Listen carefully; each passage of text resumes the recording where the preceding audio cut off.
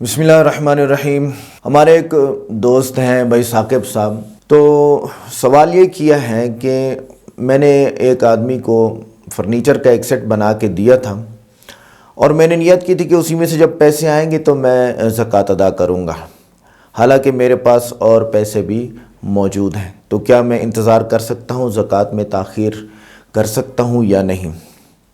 تو اس میں پہلی بات تو میں تمام زکوٰۃ ادا کرنے والوں سے عرض کروں گا، وہ یہ ہے کہ اپنا زکوٰۃ کا مہینہ مقرر کریں، اور جو مہینہ زکوٰۃ کا بنتا ہے اسی کو مقرر کریں۔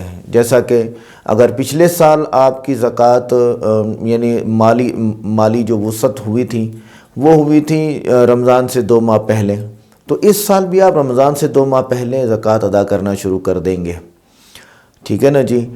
وہ مہینہ ہی مقرر ہوگا، آپ رمضان تک پھر مؤخر نہیں کر سکتے، ٹھیک ہے؟ رمضان کے اپنے فضائل ہیں، لیکن زکوٰۃ کو اپنے مقررہ وقت پر ادا کرنے کا سب سے زیادہ فضیلت ہے، سب سے زیادہ فائدہ ہے۔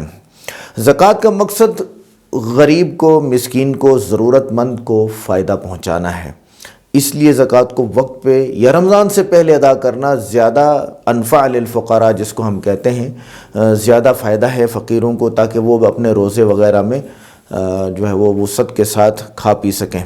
تو 2 باتیں ہو جائیں گی یہاں پر، ایک عذر کے ساتھ، ایک بغیر عذر کے ساتھ زکوٰۃ میں تاخیر کرنا۔ تو بغیر عذر کے تو بالکل ہے ہی نہیں اجازت، جیسا کہ اللہ تعالیٰ قرآن عظیم میں کئی جگہ پہ ارشاد وَأَقِیمُوا الصَّلَاةَ وَآتُوا الزَّکَاةَ کہ نماز کو قائم کرو اور زکوٰۃ کو ادا کرو۔ تو زکوٰۃ واجب ہو گئی، مہینہ آ گیا، وہ وقت آ گیا، آپ کے اوپر نصاب بھی مکمل ہو گیا، تو اسی وقت فوراً ادا کریں۔ اب آ گیا عذر۔ عذر اس وقت قبول ہے جب آپ کے پاس پیسے ہی ہوں ہی نہ، زکوٰۃ ادا کرنے کے لیے بھی پیسے نہ ہوں اور جہاں سے ملنے ہیں وہ ابھی تاخیر سے ہیں، تو اس کی گنجائش بنتی ہے۔ جب آپ کے پاس دوسرے پیسے رکھے ہوئے ہیں اور رقم رکھی ہوئی ہے تو اس رقم میں سے آپ زکوٰۃ کو ادا کریں گے، اور اس سے آپ کو سب سے زیادہ فائدہ یہ ہوگا کہ آپ کا فرض ادا ہو جائے گا۔ فرض کو ادا کرنا ایمان والوں کے لیے ایک بہت بڑی سعادت ہے۔